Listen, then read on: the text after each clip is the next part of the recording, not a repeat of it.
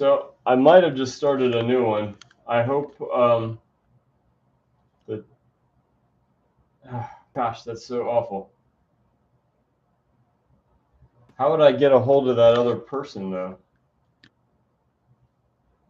There was a chat. Let me see if I can get on it. What do you want me to tell them? Just say just look for a new stream. Okay. Because yeah, please. Because I know there's Claude Hennessy, and I don't know who the other one was. Like I didn't see the other name, but it was 2 participants. I didn't know if one of you or what the other one. All I know is it stopped streaming, and YouTube really, I don't know, it always finds a way to go wrong, and I don't understand it. Usually the problem is that if I have Zoom and YouTube going on the same computer, at some point they'll both start going just fine, but then at some point Zoom will steal the camera and YouTube goes blank. But I thought I got around that this time with a quick problem solve to just only do Zoom on the phone, and clearly that's not working. Okay, I put that message on the chat to look for a new stream. Thank you. Yeah. Really frustrating.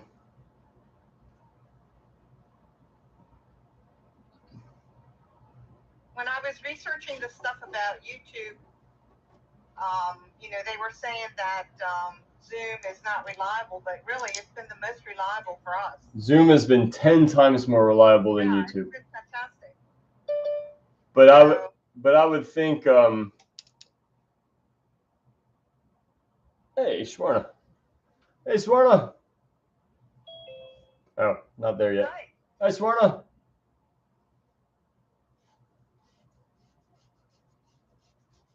Is she in India? Dubai, I think. Right, okay.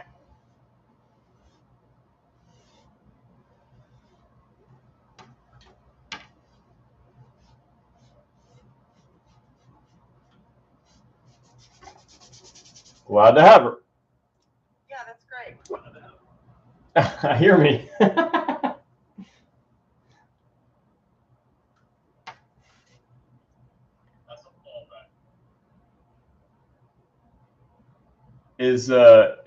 Are the 2 feeds just like a little off?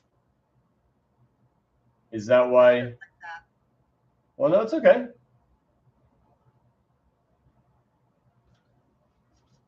All right. So I'm starting to get a little bit more specific with my shapes.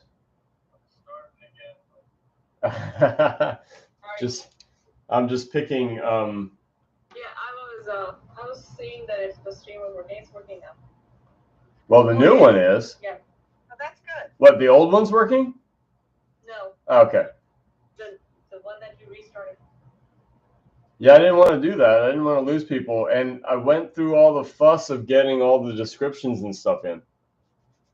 And so now this new one doesn't have any descriptions or anything. It's just like, I don't know. Ugh. And it, yeah. So YouTube's feeding you a bunch of lies in that they're saying that they're more reliable than Zoom, when I don't think I've had any trouble with Zoom except for stealing the camera from YouTube. Like Zoom is the like apex predator.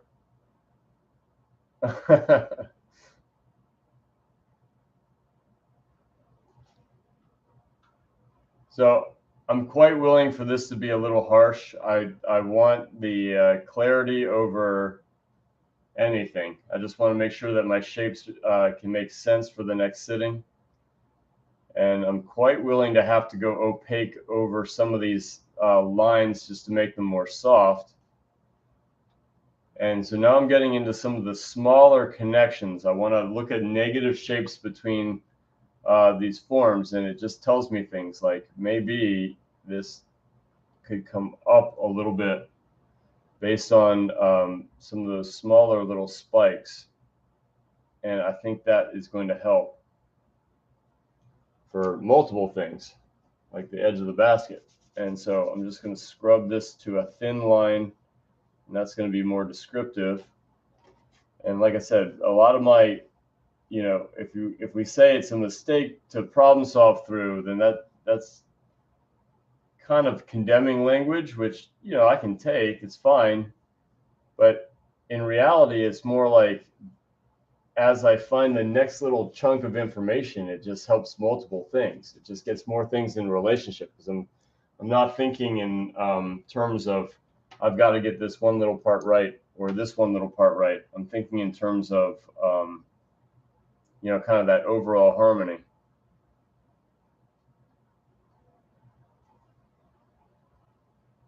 And so if I can't fit this little ridge and leave a negative space,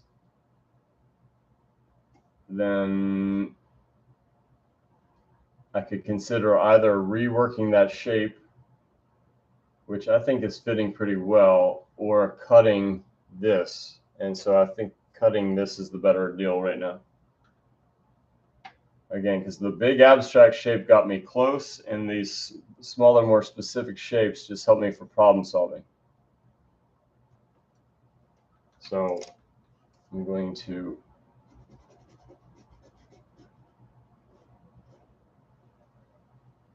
there's a chance I don't even need any solvent if I make these lines bold enough.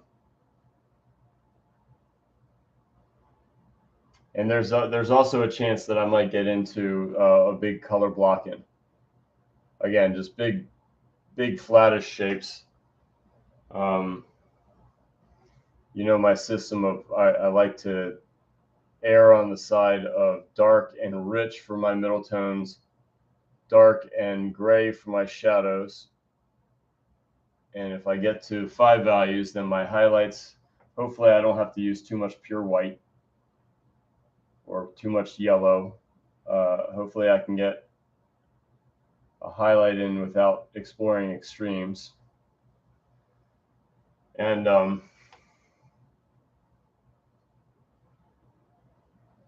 then the turning shadows and reflected lights can get in relative to each other. And then I'm really cooking. And it's just a matter of finding all the finesse and the details and stuff. And so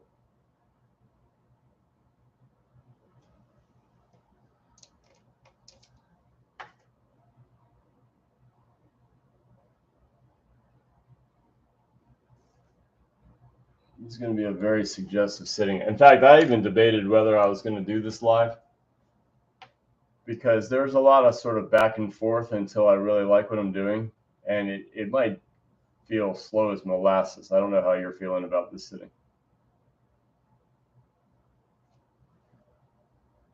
I don't want a detail underdrawing. No, it's not detailed. I'm gonna try to stay away from detail. I'm just trying to make sure major shapes connect the dots, kind of like this little ridgy edge here. That can become a system of spaces that help me with proportion, because I'm not looking for them to be ultra accurate. I'm just looking for them to give me some kind of system here. In fact, all of this probably will change on the second sitting. I'm going to work right into these edges of shadows, and the middle tones will give me an even clearer picture, and then the 5 values will give me an even clearer picture. It's going to be just like that figure we did. Yeah. The figure, we got the gesture in place. That's where we can make big shape corrections. Then we got the system of light and shadow in, and we reworked that until that pattern got pretty close. And then 5 values were even closer. And then detail and edges, because we don't really want to be guessing when we get to that stage. We want to be really close when we do that kind of finesse work.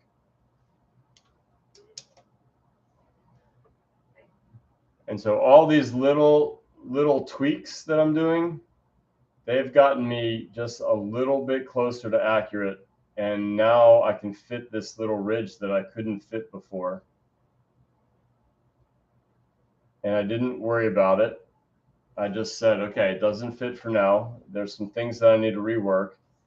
And this shell fits between these other two. So I worked on those for a little bit, going from simple to specific, cleaning up lines, because when the lines are too thick, they don't really describe where the edges are. And so now I can clean up the lines and get a little bit more precision.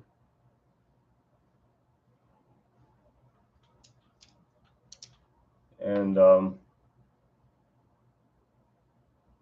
you know, again, terminology really, I've been stressing this a lot lately, but maybe even too much, but terminology really makes a big difference. So even if the beginning looked a little sloppy and a little kind of unhinged, it's just information. It just tells me that, okay, I need a few more clarifying edges. I need to put in a shape of shadow to help me make it go from very abstract to something more readable. I need to compare this shell to that shell, this edge to that, this negative shape.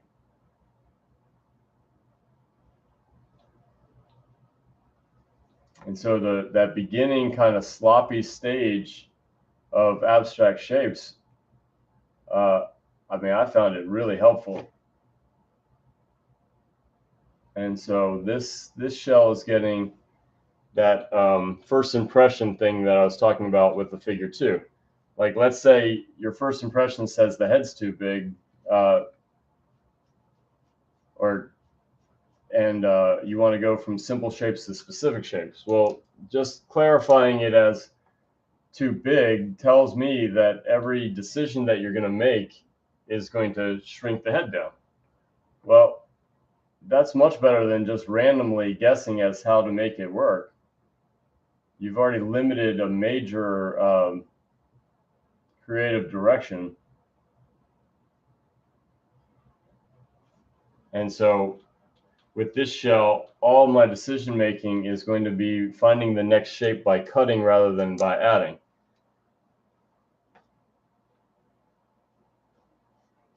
And I could only make that choice based on how all of the shapes coalesce together. So if I had to get them all very detailed, I'd really rather not be doing all this correction. But since they were so simple, it doesn't really matter. And I like this negative space a lot better now. Like I said, it didn't really matter to me if I had the exact proportion there, but that also is going to get a little closer as I decide to make all of my corrections in the direction of cutting rather than adding. And now this connection of this little ridge in here connects exactly to that tangent edge there, which I might do something about later, but as a measuring mark, that's great. It hits all the right marks. And that shape of shadow fits, this shape of light fits. So all of that, really, that next level of clarity made it go from simple and maybe a touch too big to a little bit more accurate and fitting better, all in the same adjustment.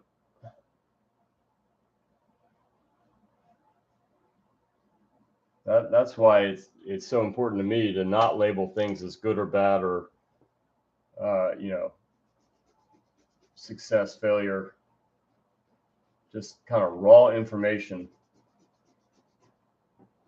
And sometimes the raw information tells you, hopefully on this super early stage, that it's just not working. Well, then you saved a ton of time not trying to make something work that just wasn't going to work.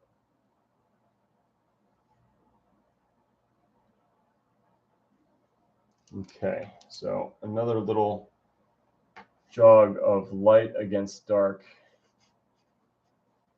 And I can trim this shadow and trim this shadow.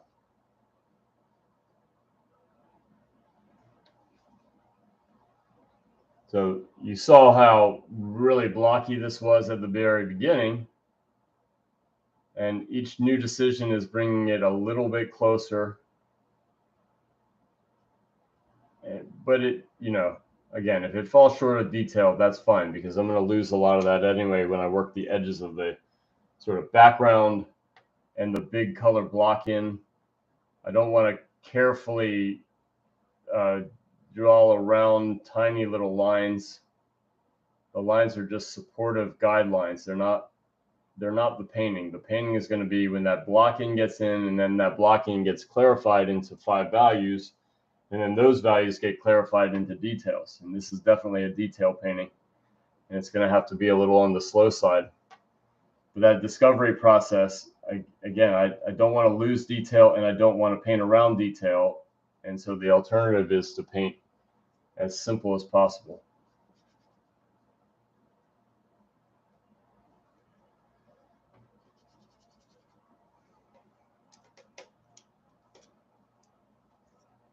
This shell is going to be quite bright by the time it gets finished. And so all these sort of green grays and stuff, I just have to live with it being just momentarily dark, unless I wanted to use a lot of solvent to clean it up. And that would take a lot of time to get it just right. I just think it's okay being a little dark right now.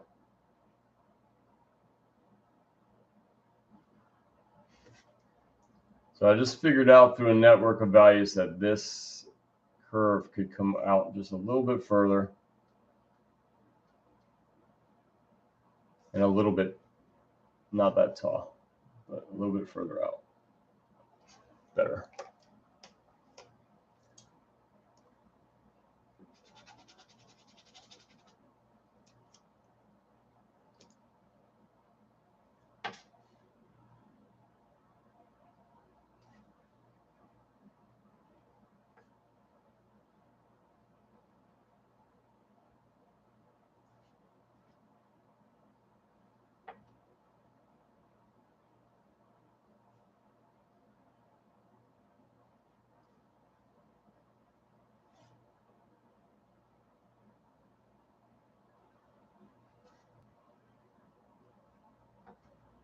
Another little problem solved. So if I would have done every little spike on the edge of this, I would have just lost it. And it's not like I have to get every little shape, because I think people would believe it without it. But I'm using each one of them as a measuring tool.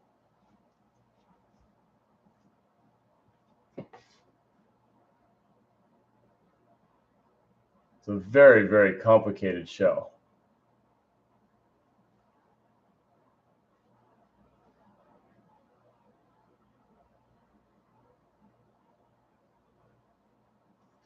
Okay, better.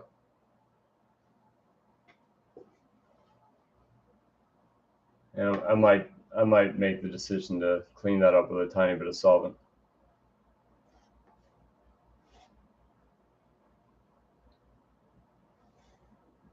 This black oil is really thick. Kind of nice.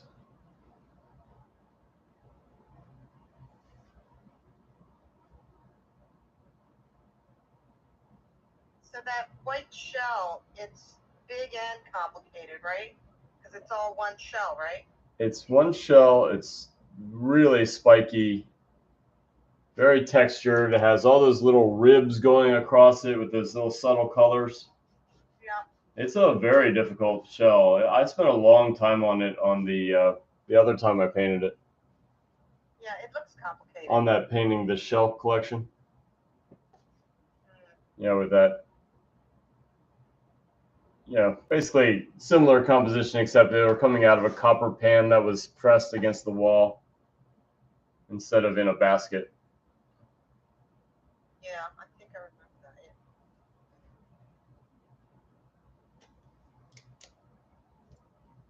And then I did another lace painting with that little coffee server and lemons, mostly because the shell collection sold like instantly.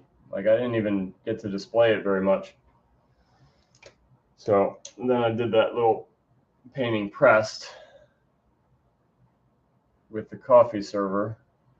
It was a French press, and you know, like the glass plate, like crystal plate, and lemon and ginger jar. And are they on Instagram? Are they on Instagram? I wonder. Where are they so I can find them? Oh, those are on my website at least. Okay.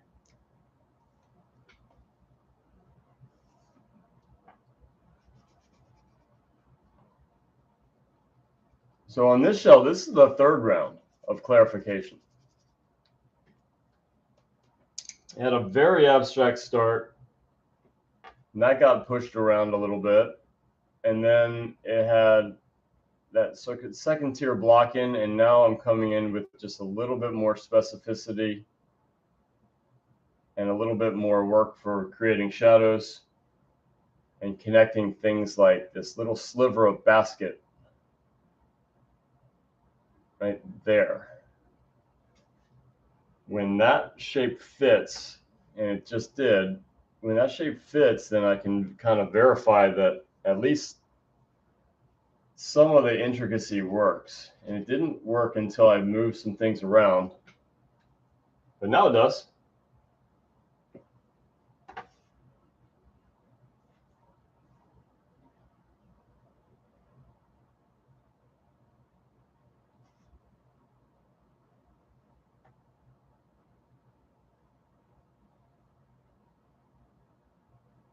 And so as soon as I could banish the term wrong, it just helped me to experiment without that sort of damning thought, like mistake.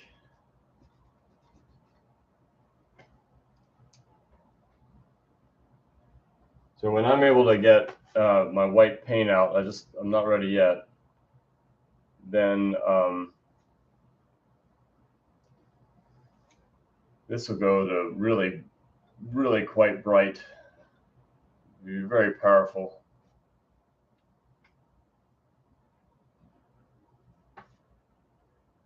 And it's following about the path that I expected. I didn't expect the initial shapes to fit so poorly. It took me like 3 tries to get the scale of the basket to fit, and it's still a little bit on the squat side, but it's believably small. Like that, this distance here is only a tiny bit too small, and I think that's very believable, and it's not really worth changing.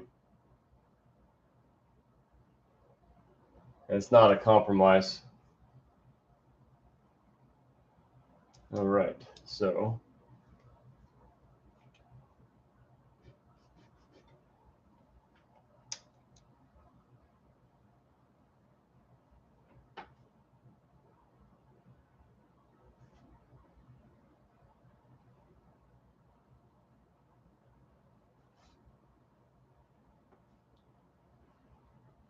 I started this painting with oil, my black oil, and at this stage I'm only using paint,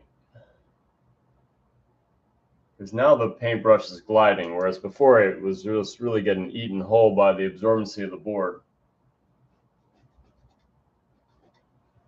It's more absorbent than I thought it would be. That was a little bit of a challenge.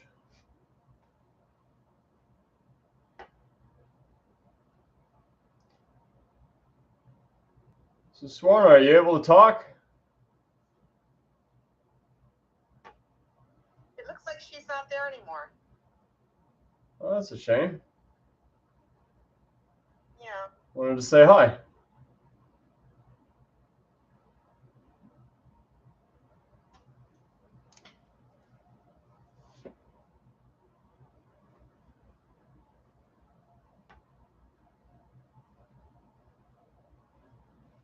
Yeah, she's nice. She got a, I'm sorry, what? She said it's a 9-hour difference. And so, like, if it's 9:46 here, it's 6:46 in California. So I guess you have to go forward. So it'd probably be early in the morning there. Yeah, probably. I don't know. Let's see. If I add 2:15 till midnight. Probably. So like, 7 something in the morning. I'm sorry, what? around 7 or 8 in the morning. Busy time for most people. Yeah. I feel bad for her. She lost her mom recently, Oh. right around New Year's. No. That's very sad. Hey, Natalie. Oh, good. Hey, Natalie. Hi, Natalie. Hey, I was watching on YouTube and then I heard you talk and I was like, wait, you can talk on YouTube? I was like so confused until I figured out that there was a Zoom call. I don't know. I have to explore the options of YouTube, but it's been giving me so much trouble with the cameras. I lost my feed, so I had it all set up really nicely, and it was working just fine. And then all of a sudden, the screen goes blank, and I couldn't. Today? Yeah. I've been watching the feed with you for like at least 15 minutes. 15? Yeah, that's about Yeah. the right timing. It was going for over an hour before that. I started this around 9, and I'm sorry. Yeah, I said the wrong number. 8. Yeah, 8. I started this around 8, and they were both going. I had YouTube going around 8:15, and then it just did it again. It just totally cut out for no good reason. I mean, maybe they'd say there's a good reason, but Well, that's certainly annoying. certainly annoying.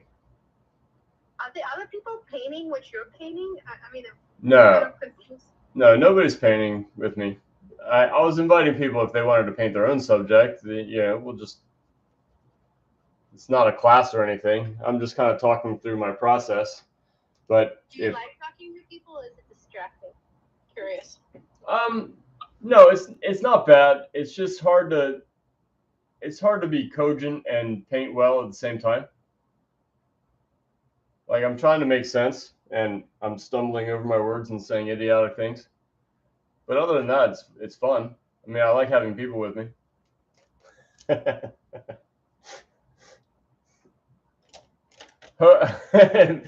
Silence means they agree with me. No,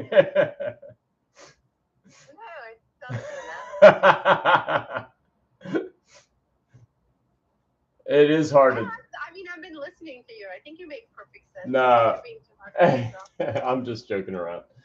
It is hard to talk and paint at the same time. And when I see it done masterfully, like Jerome Atherholt, like, yeah, I make sure to appreciate it.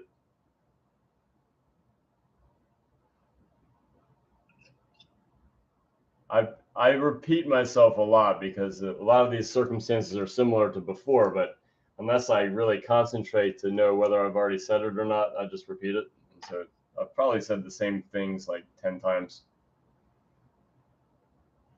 But I have a question.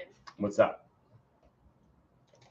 I'm curious why your basket reaches so high. It's a very tall basket. The frame comes in, it looks like the handle will touch the frame, and that seems to be, a little bit like. The frame's going to go to there. Frame's going to go to here. It's going to be pretty high contrast because that's going to be bright light. The apex of that curve just needs to be brought down a little bit. So this is the apex, and it's going to come down from there. And so that just hasn't really been clarified. But yeah, it's a little taller than I might have planned otherwise, but it works for me. I mean, for the composition that I'm going for. This is going to be the area of really high contrast. This is going to be an area of really vivid colors. This is going to have that neat pattern of shadow going across it and the iridescence. This is going to have that texture. I really highly doubt that's going to be very influential. So it's going to be contained by the frame. The only thing I have to be careful of is not necessarily the frame, because I'll only lose 1/8 of an inch. I'll have a good inch between the top of the composition and the basket, or the top of the painting and the basket. But the only thing I got to watch out for is if the frame has a big ridge to it, then it's going to cast a shadow, and that'll be unfortunate. But for the sake of the painting, I like this negative space a lot. This is a good negative space here, especially with there's a shell that's coming out right about here. And this basket continues to curve in, and then this inside part, and then that negative space. I think that has to be higher. So more like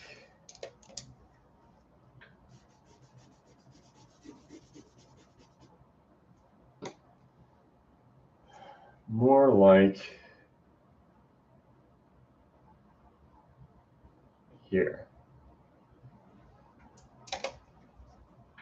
Again, that's a very complicated shell here too. It's just supposed to read as a dark silhouette against a light gray.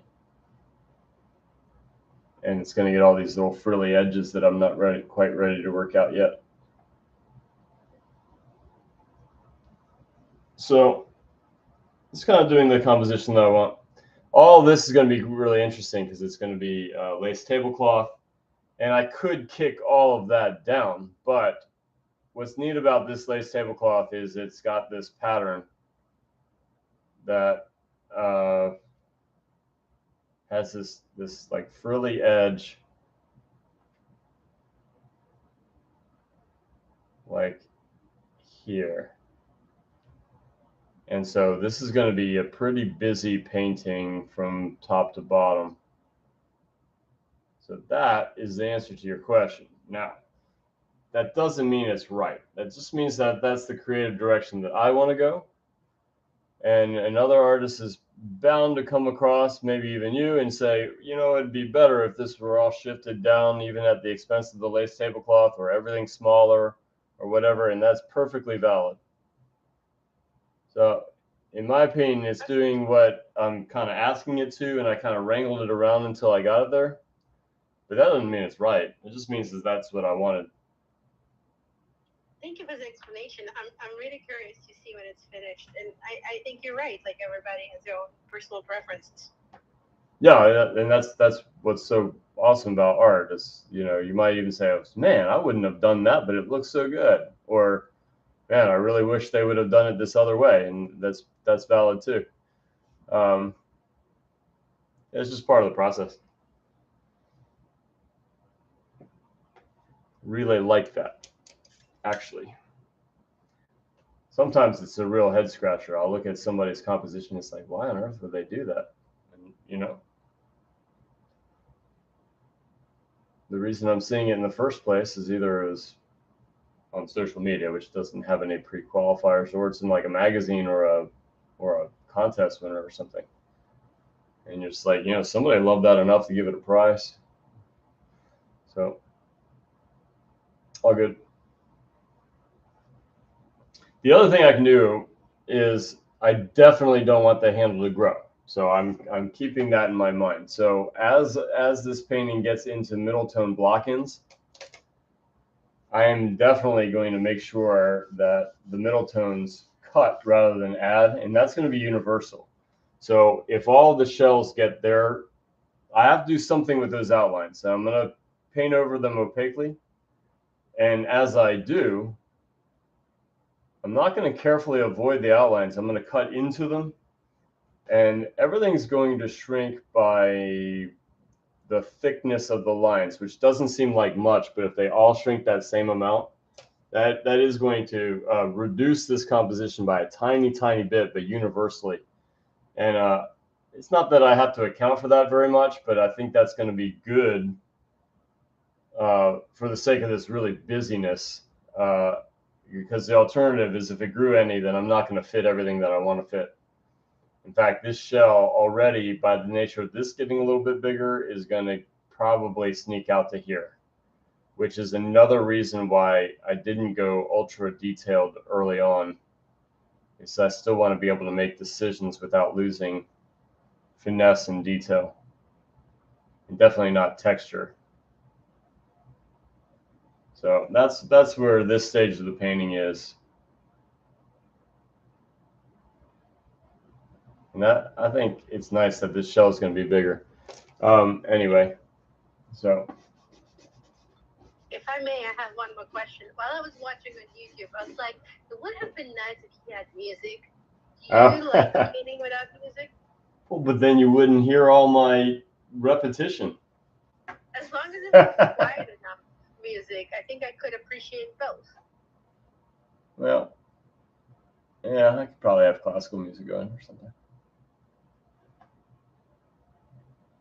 But maybe other people would find it annoying. But I found that like when you weren't talking, that I was like, well, he's not progressing fast enough. I started kind of looking up in this window and was scrolling through my Facebook, you know, because I didn't have enough stimulation. Right. Yeah, no, I warn people a lot that you know, these like the live feed when you go to review them, that's slow. That's you know, even for an alla prima, I'm painting like crazy. I'm painting fast. This I'm painting slow just because there's a lot of intricacy and a lot of decisions to make, and I don't intend this to be finished on this sitting. So yeah, I could see that being really boring. I agree. I wouldn't call it boring. I would just say that we're used to more stimulation at one time. I'd call it boring.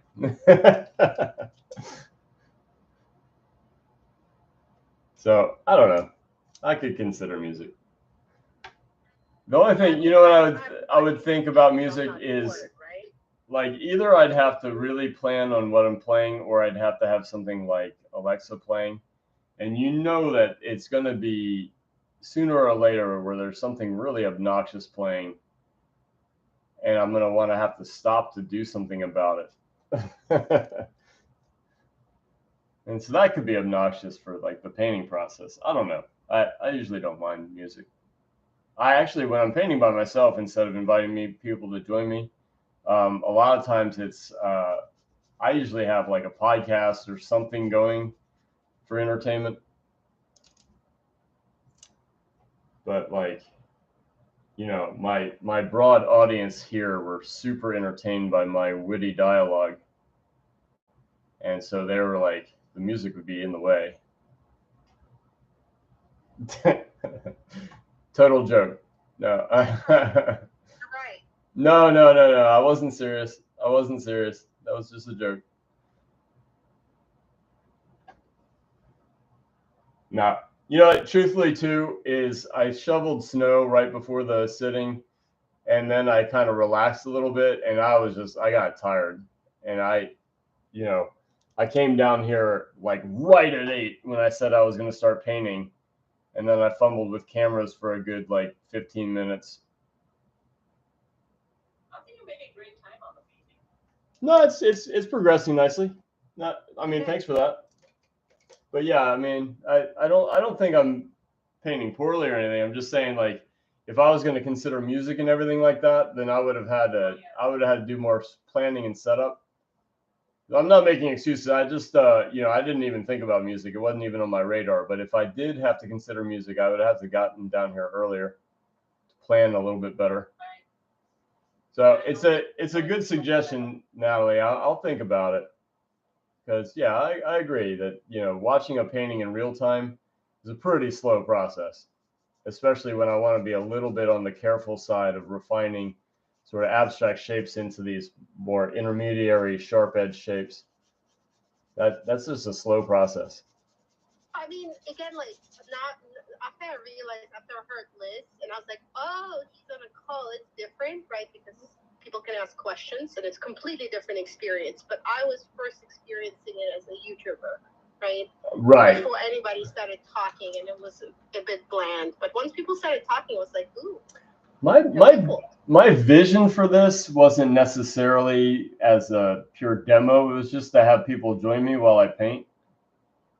And I don't know if I ever shifted that mindset, but it never really worked out that way. It always ended up being me painting and people watching. And, you know, we'll chit chat and stuff like that, but usually it's not people painting along with me. But Malika, you painted with me that one time. You were doing cast paintings. Right now, doing the same thing. Are you? I think I feel more inspired to paint when somebody else is painting along with me. Yeah. And so right now, it's high time I should start working on my Friday assignment. Okay. Well, if you ever want me to look at it, just let me know. Okay, I'll send you a picture. Yeah, I'll take a little break. Well, the whole panel covered with paint. Yeah, make sure you tell me, because the phone is occupied by the YouTube, Zoom camera. And I wouldn't want to disturb that. Well, no, I mean, it would just be a slight break. You know, YouTube doesn't broadcast live. Zoom doesn't broadcast live. I mean, we're experiencing it live, but it's not recording. Yeah. Oh, it should be recording. You can record on Zoom. You can record. No, my point is that it's not doing a live feed like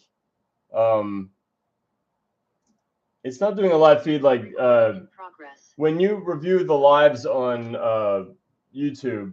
It's just going to have everything in order. When I do the Zoom, it's going to be I'm going to remove the audio. I'm going to dub it to talk over it and talk about the process. I'm going to speed it up big time. So the audio really isn't going to factor into the Zoom. It is going to factor into YouTube in that, like, everything that was recording from the beginning is going to be there. So all the dialogue, all the sounds, all the whatever, all the me complaining about the darn camera cutting out. But yeah, it's recording right now. My channel is supposed to automatically record, and I don't think it was. So, whatever. I'll have one camera recording for the first half, and then I'll have two recording. That'll be okay. I just talking to you right there is like, whoops, I didn't have the camera going, did I? So this basket. Yeah, I watched one of your fast in Instagram, and it was too fast. Oh, because those are shorts. I found it very unsatisfying. I actually find these slower ones better. I would suggest that maybe experiment with the times and kind of see where you get most response. Well, for a while there, I was putting out about 10-minute videos, and I have that same portrait one at about 10 minutes. I just haven't posted it. And that is a slightly longer presentation. The reason that the one you probably saw was 1 minute is because in order to get it on a short, it has to be 1 minute. So when I put out a few shorts, it really got a lot of viewership. And there's two metrics by which you can go public with a YouTube account. And one of them is getting enough views on shorts. So I'm trying to hit those marks. And then there's a little bit of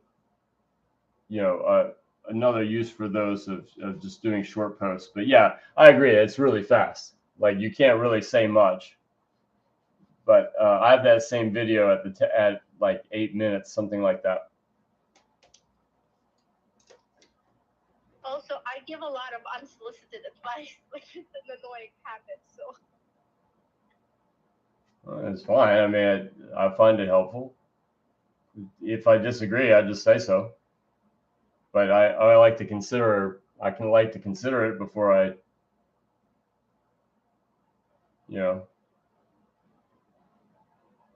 even have to determine whether it works for me or not.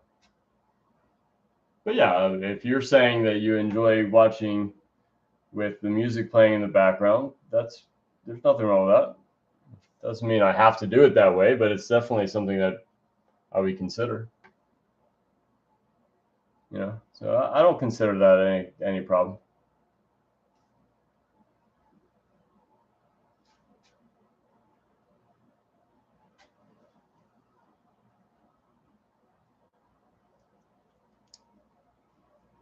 All right, so if anyone's watching from the beginning, you saw how just blobby these shapes were. They were like triangles and arcs and things like that. They got refined into very simple shadow shapes. And now with some eraser work and some finer lines that has a little bit of clarity, it just doesn't have a value range yet, because all this is going to get terribly bright. And I'm not going to be protecting these outlines. I'm going to be kind of obliterating them with opaque paint. So these could definitely get a lot more detail. They're just simply suggestions that I'm going to use. But I don't know. I don't feel like I have to refine them more than they are, because they're going to get refined with that opaque paint.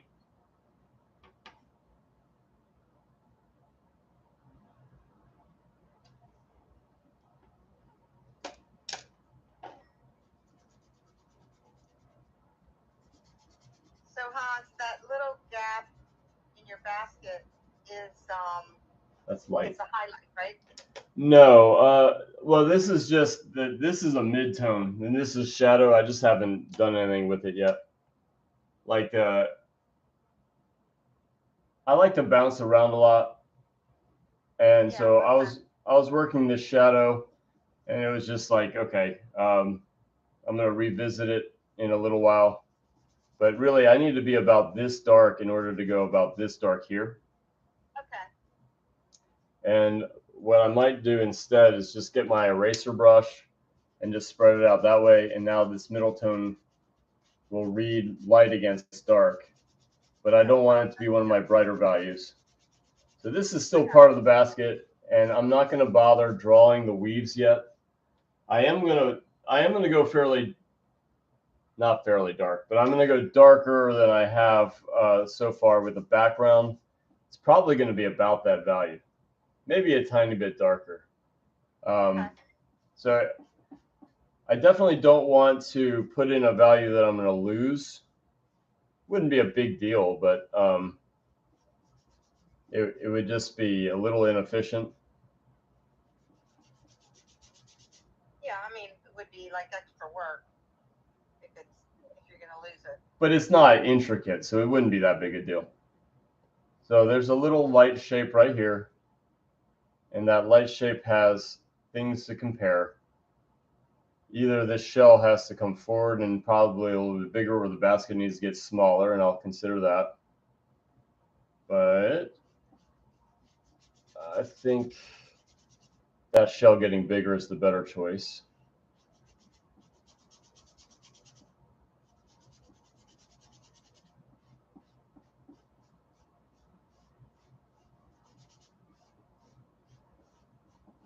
Doesn't have to be particularly smooth or flat or anything, because I'm gonna put the real color on top.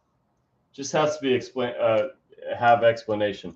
And so when I'm gonna draw these bands that go across, and probably not much more on the basket as far as like detail work. Let's do a quick measurement here.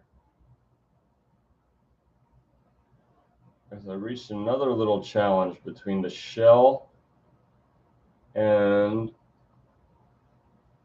all right, so, all right, cool. Assuming I don't want to move that edge, the basket is going to come down to here. And it bottoms out right about here, then starts curving back up again. the light hits the shell right about here. So I'm using the shell as a measuring point, and that's what made me find the challenge in the first place to say, is the shell in need of adjustment or is the basket? And that's going to help me with my decision making, because that unit from here to here should equal from here to here, which corresponds really great to this shell. And so since that measurement doubled to that spot, then this was the right choice, and the basket needed to move down. Now, when I say need, I could definitely do it a different way. It's just, why not use the things that I already have that are already working, especially the ones that I spent a little bit of time on. Right. But even if I spend time on it, if it's not working, doesn't matter how much time I spent on it. At this stage, you don't have to settle for a composition you don't want. When I was talking about how high the basket got, or that negative space in here, it wasn't a compromise. It just wasn't very impactful to me. And so even though it wasn't perfectly accurate to the basket or perfect for the composition, it just didn't seem that important to me. Otherwise, yeah, change it until it's exactly the way you want it. And what we were talking about before is, like, in decision making, my decision making might feel wrong to one person and be a stroke of genius to the next. I mean, you just never know. But it is what I want. It's not necessarily what the next person would want.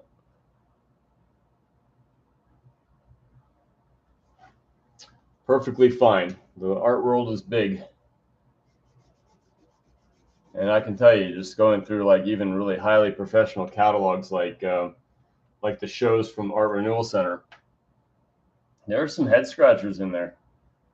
But, really highly professional people liked it enough to say, hey, not only are we going to put it in the show, but we'll give it a prize. And it's just like, that's fine.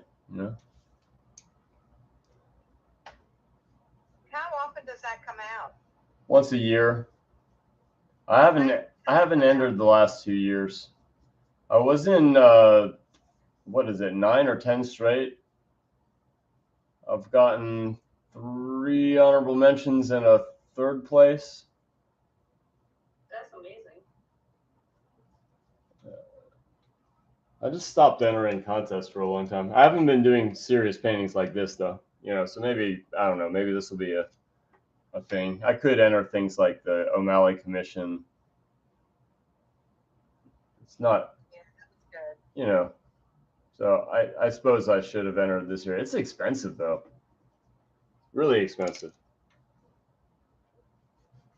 If somebody who doesn't know these things, like, how much is expensive? Like 150 for entry 1 and 75 for each entry after that. So in terms of your career, does getting these kind of honorable mentions and award, does it matter? Like, does it pay for itself? Curious. You definitely need to build your career. So it is definitely worth it. I got to a point where I had other things to concentrate on.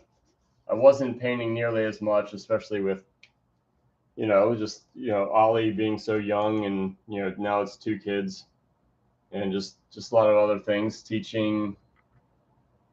And so I wasn't really doing a whole lot of, like, my own personal pieces, like these really complicated compositions.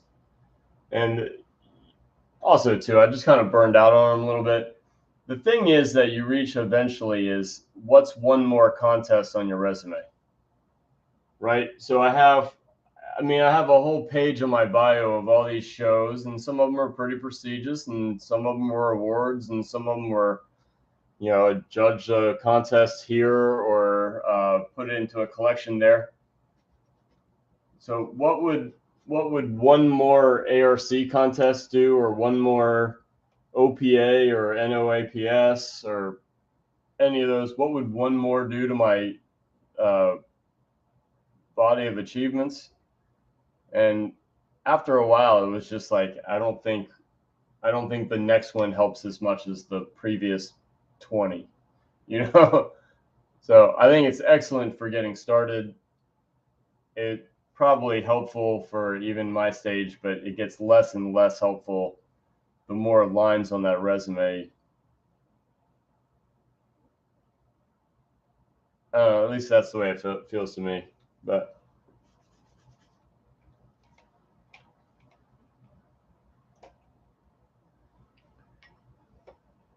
so I don't know. It was weird. I in a single year, I got accepted as signature member of OPA and NOAPS, and that was the same year I just stopped entering contests.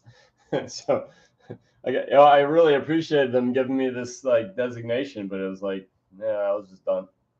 So I guess bad timing, but whatever. Well, yeah, I mean, small kids are exhausting. It's not even that exhausting. It's just time. You know, I produce a lot of, smaller, not lesser paintings, but maybe not as intricate or, I hate to say the word meaningful because I'm not trying to denigrate my work. It's just, the pieces that I would enter into an ARC or one of those contests for shipping across the world or whatever, those usually take a lot of time and planning and careful detail work, and I just hadn't been doing them.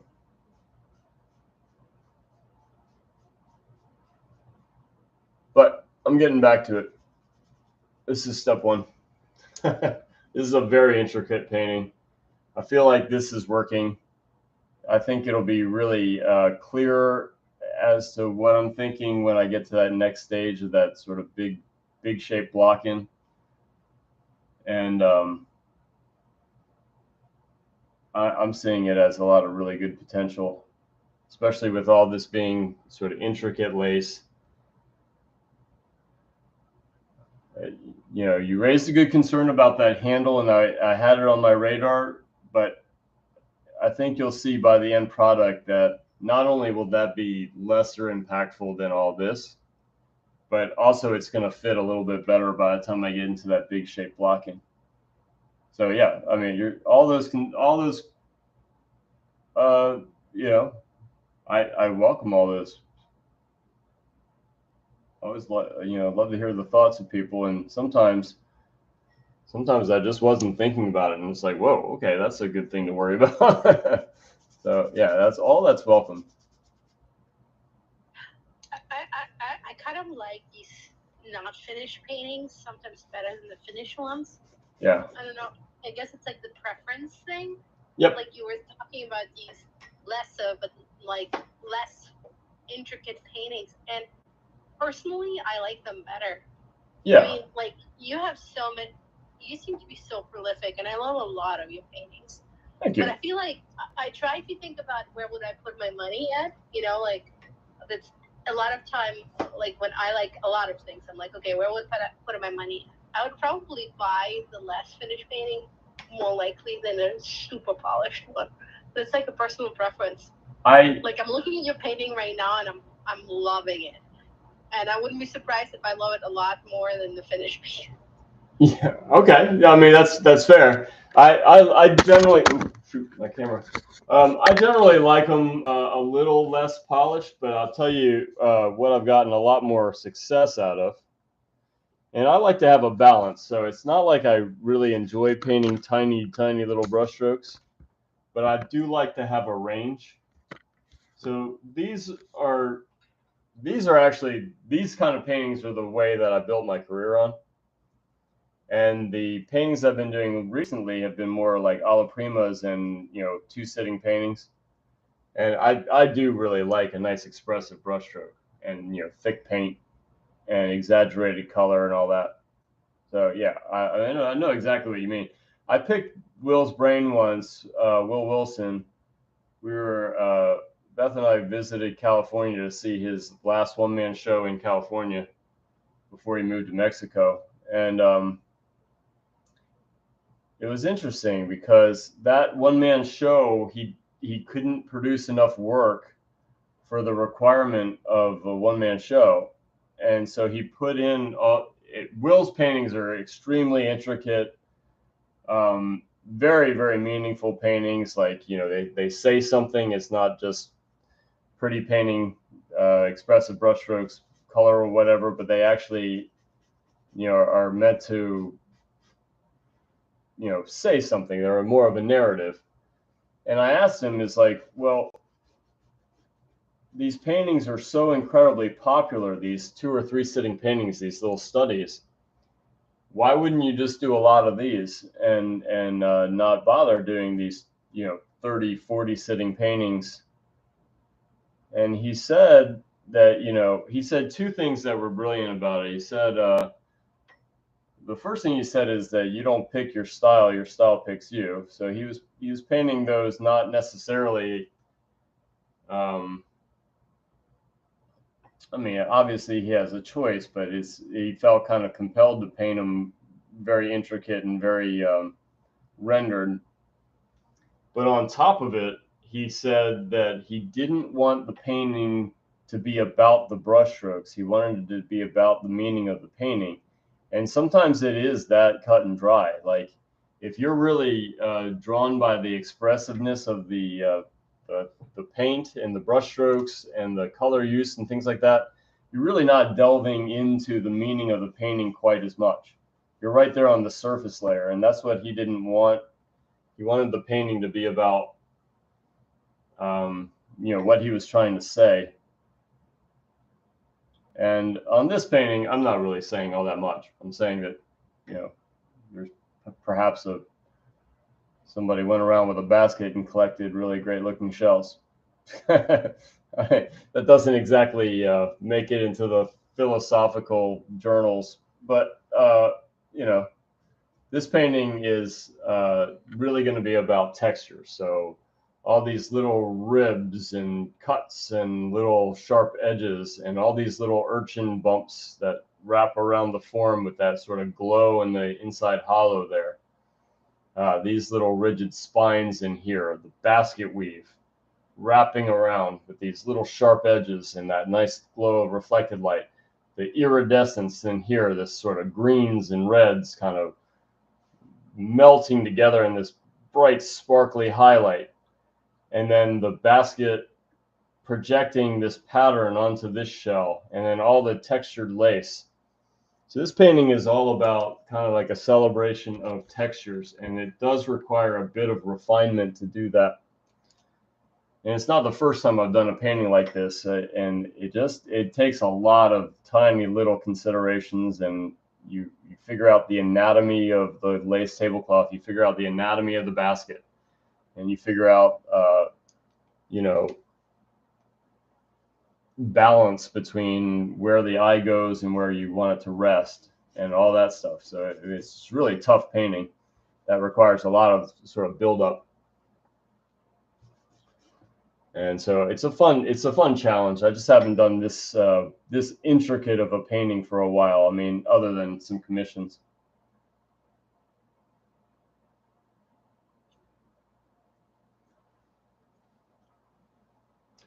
I like what you said about the feeling compelled to do something. I have that sometimes like I'm doing something and it compels me to do it a certain way, and I just have to obey. Right. Or you'll just really kind of struggle through it. I've seen Will paint. I've been in his studio while he's painting. And those first sittings are exciting. He's splashing paint everywhere, and there's really exaggerated colors and text and you know, thick paint and choppy brush strokes and stuff. It's really exciting to watch. I've also been there for the final sittings where it's just little tiny slashes of detail brush for this entire painting, and it moves at a glacial pace. I mean, they're always super nice by the time they're on that stage. So I mean, you're appreciating the incredible artistry that he's already done at that point, and he's just kind of bringing it together.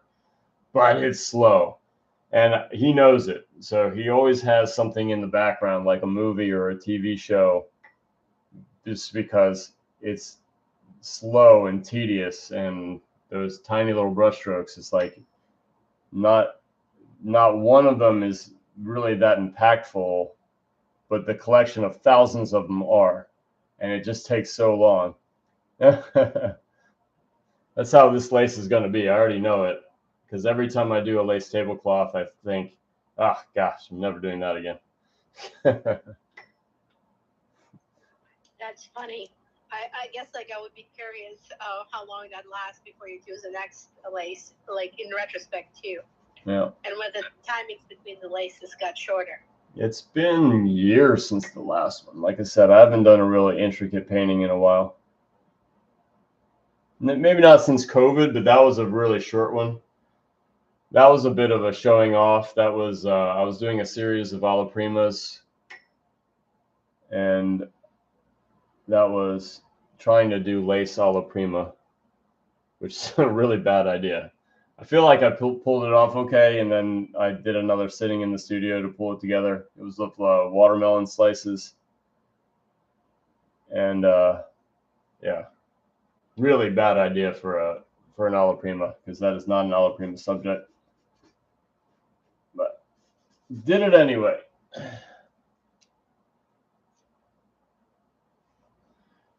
All right. Okay, so I need these horizontal bands. I'm going to block in the background. And then, what are we at? 10:30? Wow, I'm doing pretty good. I definitely don't want to paint past midnight tonight. I'm tired. But I don't know. I'll see. I'll just keep guessing at what I'm going to do next based on just seeing if I've checked enough boxes for the day. Do you want me to let you know when it's 11:55? That'd be nice. Yeah, that way you can start wrapping it up then. Liz, you're committed. I love him. He's such a great teacher. And, you know, just watching the lace stuff and, you know, all the stuff that he's going to do later, it's just really exciting because I don't know how to do that yet. So to be able to watch them. Hans, I'll have to record her say all that and put it on your platforms. A little testimonial. Listening to her makes me watch it more too, even though I'm just waiting for my mom to come down so we can watch some movies. Liz, this was like the best review ever. Well, I forgot it was recording, but it's no. important for students. I would definitely need permission to put that as a testimonial. It's not like, I mean, like, Liz, I'm going to speak for you. It's not like she's going to mind. If she thinks so highly of you, it's not like she's going to mind making sure other people know how amazing you are. I just want to be really careful with what I use as a recording and what I wouldn't, you know. I mean, that's what I was trying to say. It's like when you were saying it's boring to watch, I disagree. I find it very meditative. Okay, I mean, with wine, I find it very meditative. With wine, yeah, I think that's the important part. I don't know. I was also saying I was being hypocritical because I've seen so many demos and I didn't really find them boring. But yeah, it just seems like, I don't know. I can't imagine devoting, 3 hours to watching a still life, underpainting. But who knows? All this gets sped up like, for the. So much going on in my life right now that somehow watching a still life for 3 hours, which is, it's not just Insta scrolling, which is another way for me to spend 3 hours when I'm really stressed. I feel like I'm not wasting my time quite as bad. No, I'm glad you're enjoying it. I just think, you know, you tend to assign like your stresses to everybody else. So like my time crunches, like I can't imagine spending 3 hours watching a video. So I guess I assign that to everybody else too, unfairly, of course. Yeah, because people have a different way of functioning. Like I'm Yeah. completely overloaded with work. Like I'm giving a presentation that will be like possibly internationally recorded next week while having a lot of other things to do. It's like I'm definitely extremely busy, but because I'm so busy, like I almost like need this time where I'm just kind of a zombie. And usually I just watch some shit. Well, and now I'm watching something artistic instead of shit. Well, and there I you feel like go. I'm making progress. Well, I'm glad I'm giving you an outlet that's not shit. You got young kids. I totally get it. Yep. My 5-year-old and 8-year-old, they're the best stress ever. But they do take up a lot of time, and they can wear you out in the day. And again, all the right ways, because I wouldn't complain about them ever. But to say they don't take a toll, that's just a bold-faced lie. I think that would be for any parent that's involved with their kids.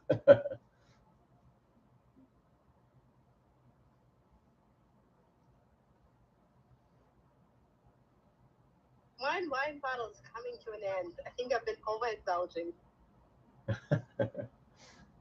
All right, so you're out?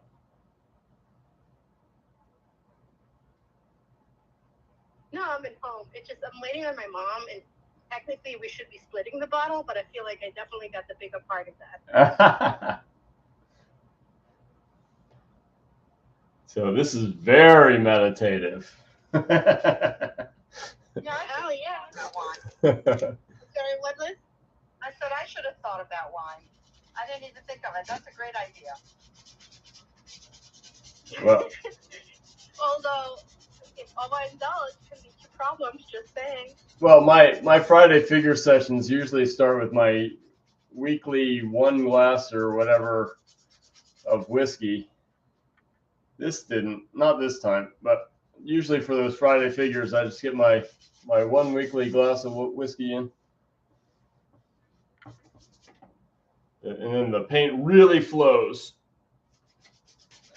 But I like wine too. You like whiskey? I do. I like bourbon particularly.